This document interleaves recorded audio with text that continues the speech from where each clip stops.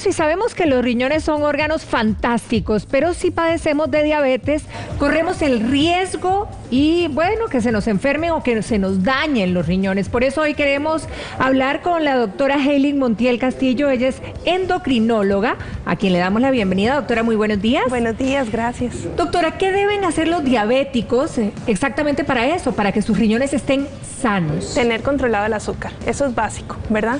¿Por qué? Porque los riñones al final tienen una gran participación en lo que es el metabolismo de la glicemia, por decirlo de alguna manera.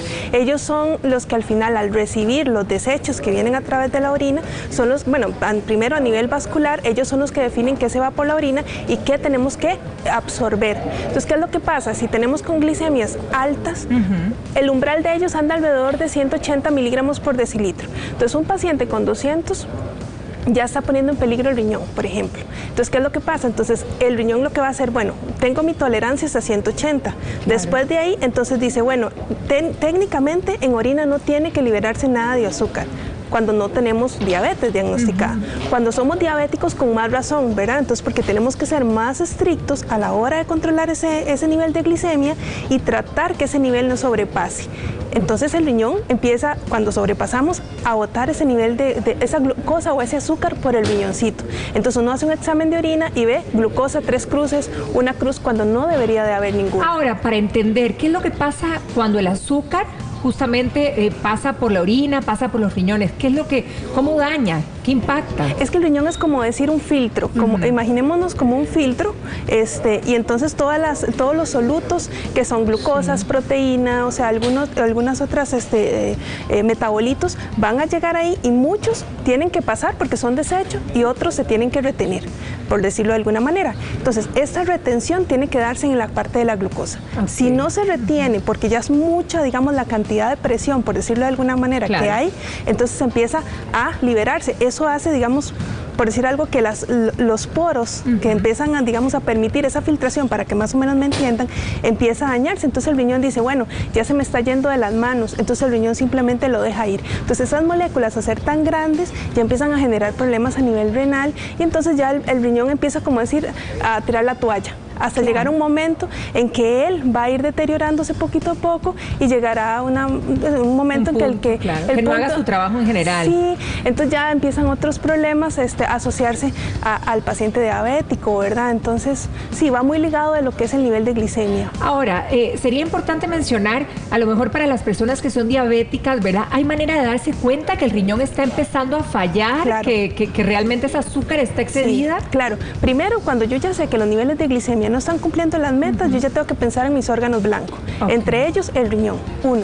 Número 2, yo tengo que estar seguro de que definitivamente cuando voy a hacer el control con el médico no solo me pide un examen de orina general, ¿verdad? Que eso sí está bien, sino que también me haga un examen de orina que se llama orina 24 horas, o no necesariamente una orina 24 horas, sino que me empiecen a revisar si estoy botando proteínas en orina. ¿Por qué? Porque yo ya sé que cuando tengo más de 180, probablemente bote glucosa, pero digamos, el daño real es cuando ya estoy empezando a botar proteínas. Las proteínas no se liberan por orina tampoco.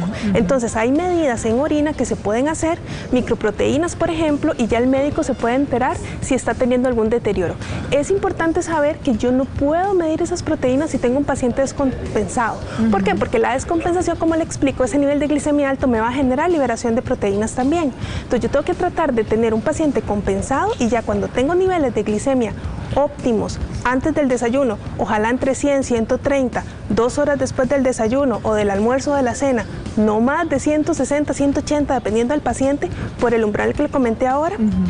Entonces, cuando yo logro tener esas metas, ahí puedo hacer exámenes de orina dirigidos propiamente a ver si se está liberando proteínas, porque eso me está dando indicios de daño renal. Ahora, ¿hay estudios o se evidencia, digamos, el impacto entre las mujeres y los hombres diferente con respecto a esto?